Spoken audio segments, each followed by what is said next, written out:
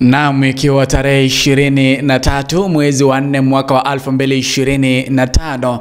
Karibu katika taarifa za AGR News. Mimi ni Videlis Moshoge, na leo tunaanza taarifa kutoka kaunti za Kisii na kaunti ya Homa Bay, mahali ambapo zaidi ya wanawake wajawazito 300 wamekongamana katika sehemu ya Mosocho katika bunge la Kitutu Chache South ili kupata mafunzo zaidi kuhusu vile ambavyo wanafaa kujilinda, vyakula ambavyo wanafaa kula kutoka kwa wahudumu na wajuzi wa afya. Tuwasikize.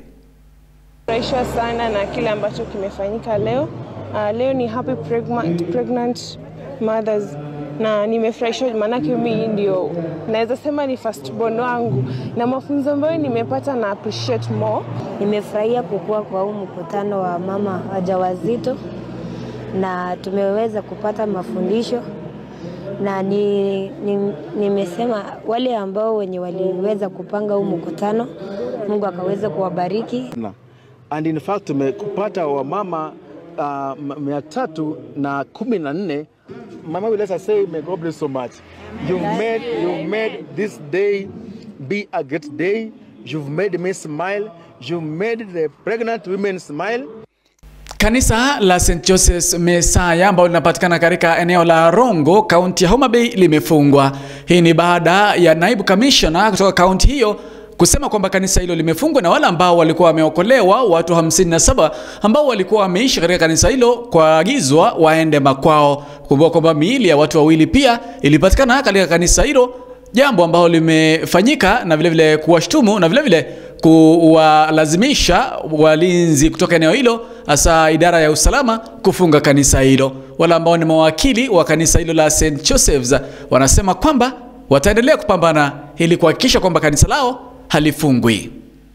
Mtu ataenda nyumbani kwake au mahali popote, lakini sio kwa hiyo kanisa. Mambo ya watoto, wale watoto ambao hawana wazazi, tumeongea na children officer, au watoto kesho wale wana wazazi watachukuliwa mahali pa salama. I can confirm to you that yesterday, before the unlawful detention that appears to have been sanctioned by the DCC for Rongo Sub-County, I was personally present at the police station where the DCIO required the attendance. To us, there is no offense that they have committed. I know the DCC has made a unilateral decision that is closing down the church. Tukitoka kaunti ya Homa Bay tunaingia katika kaunti ya Kirinyaga, mahali ambapo watu 3 wanaendelea kupokea matibabu. Hii ni baada ya kubugia pombe haramu. Wenyeji wa eneo hilo wameomba serikali kurudisha juhudi ambazo aliyekuwa naibu rais Rigathi Gachagua alikuwa ameziweka za kupambana na kupigana na pombe haramu katika eneo hilo.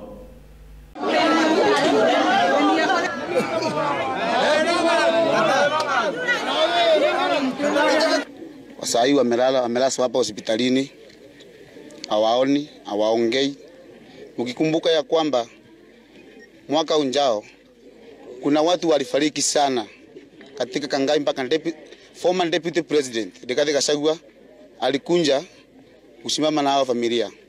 Saa hiyo kichanga inataka kutupata tena. Na hii pombe ruhusa inatokana kwa wakuu wetu, sababu ile siku kuna handyman ama chifu kuna pigwa piligiseni, wao ndio wanapeana ripoti hiyo pombe hiyo siku haitapikwa. 2 cases which has been reported at Jega Health Center of people who have claimed to have consumed unknown alcoholic drinks. These patients are being examined at our health facility, and according to the doctor's position. Tukitoka kaunti ya Homa Bay tunaingia katika kaunti ya Kirinyaga, mahali ambapo watu 3 wanaendelea kupokea matibabu. Hii ni baada ya kubugia pombe haramu. Wenyeji wa eneo hilo wameomba serikali kurudisha juhudi ambazo aliyekuwa naibu rais Rigathi Gachagua alikuwa ameziweka za kupambana na kupigana na pombe haramu katika eneo hilo.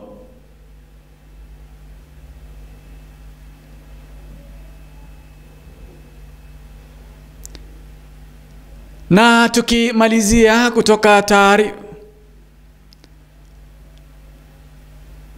Na taarifa za mataifa ya kigeni ni kwamba pale Rome mipango inaendelea ya maziko ama mazishi ya Papa Francisco ambaye alifariki tarehe 21 mwezi wa 4 mwaka wa 2025 siku ya Jumatatu. Yanaendelea kapambe kupangwa katika eneo hilo. Kumbuka kwamba Papa alikuwa amesema kwamba hatazikwa katika kanisa la Mtakatifu Petro vile ambavyo zaidi ya mapapa 100 wamezikwa. Yeye akisema kwamba atazikwa kulingana na wosia wake katika eneo tofauti. Na tukimalizia pia ni kwamba upande mwingine pale Tanzania, mpinzani mkuu wa serikali Tundu Lissu ameshikwa. Jambo ambalo limefanyika katika nchi ya Tanzania ambalo limezua mijadala katika mitandao ya kijamii na katika redio katika nchi hiyo ya Tanzania. Nadhani kwamba taarifa za biashara Ruth Nyanchama ameziandaa, atakupasha. Mimi ni Videlis Moshoge. Hujambo mpendwa na karibu katika habari za biashara. Tukianza ni kwamba hazina ya humu nchini imemtaka mkaguzi wa hesabu Nancy Gathungu basi kukagua hesabu zote za serikali ambazo zimesimamia bilioni 706 kufikia mwezi wa Disemba mwaka wa 2024. Baada ya benki kuu humu nchini Kenya kugundua kwamba baadhi ya benki humu nchini hutoza riba ya juu kwenye mikopo yao kwa wateja, imependekeza kwamba bei zote za mikopo zitegemee viwango vya benki kuu ya Kenya. Na tukisonga ni kwamba kampuni 10 humu nchini Kenya basi zimeidhinishwa kuagiza tani 206,600 za sukari kutoka nchi za nje chini ya mpango wa ushuru wa EAC ukipenda East Africa Community kwa matumizi ya viwandani. Kampuni hizo ni pamoja na Mombasa Sugar Refinery, tuko na Equator Bottlers, True Foods, Jetlack Foods, Diane Foods, Kenafric, pia tuko na Njoro Canning na AL Mahira, pamoja na Coca-Cola na Pidco Africa. Nikome hapo kwa sasa. Jina langu ni Ruth Nyanchama.